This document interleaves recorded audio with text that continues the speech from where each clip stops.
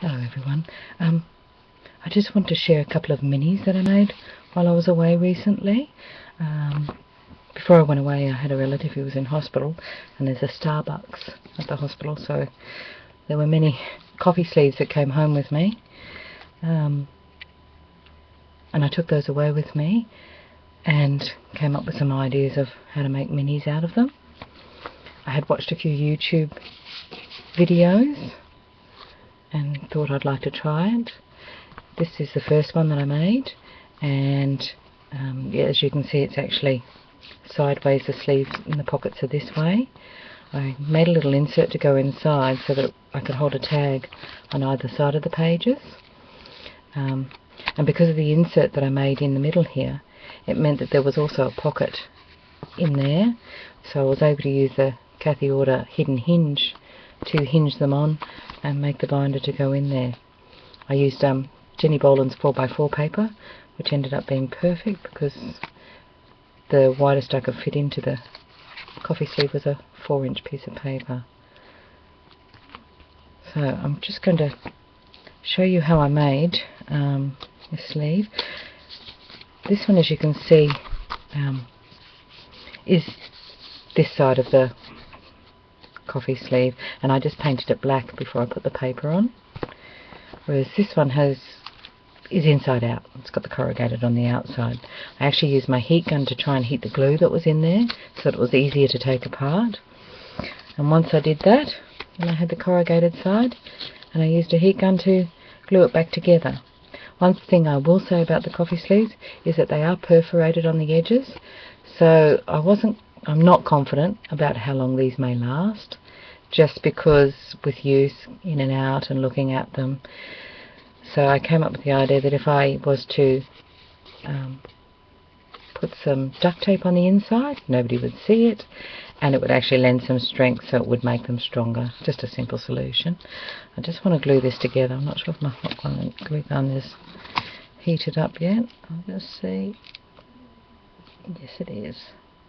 So it was just a case of gluing it back down so that it was in the reverse, and then I inked just for a more grungy natural look, and that's what I ended up with my coffee sleeve.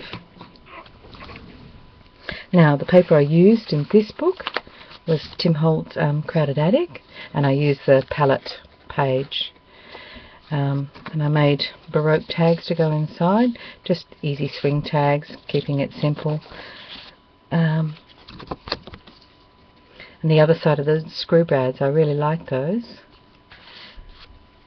but they were ugly on this side, so I made some shrinky dinks out of the Tim Holtz paper,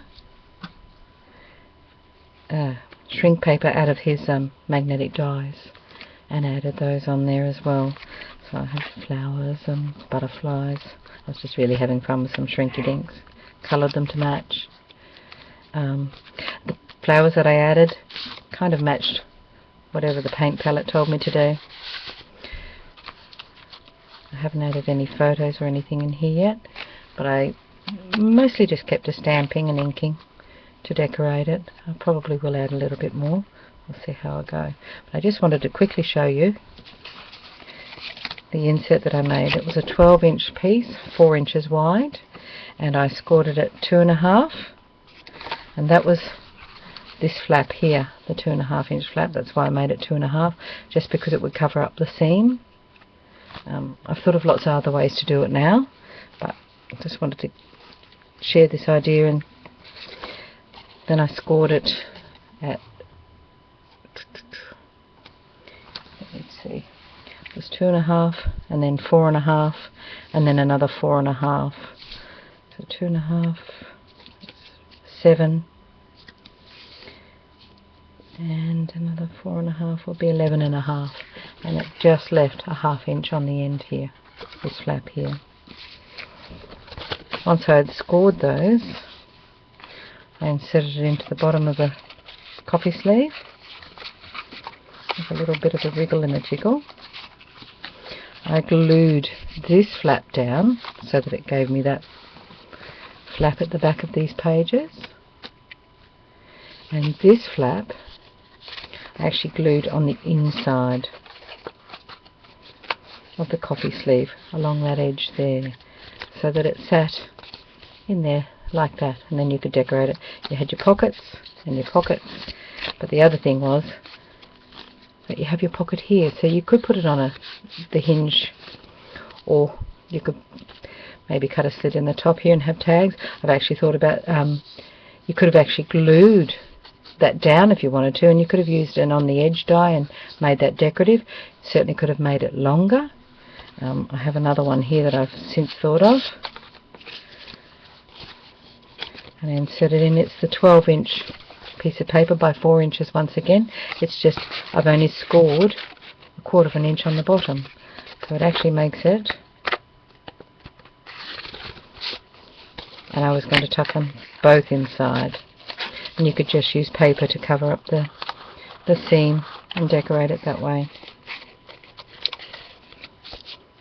and glue them both inside like that, and then you would have a longer insert, and you definitely could have room to put a decorative edge on that.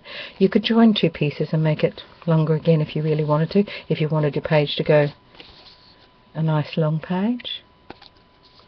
So yeah, it was just an idea I had. I put it together and wanted to show you. I hope you enjoyed that, and I'll catch you again another time.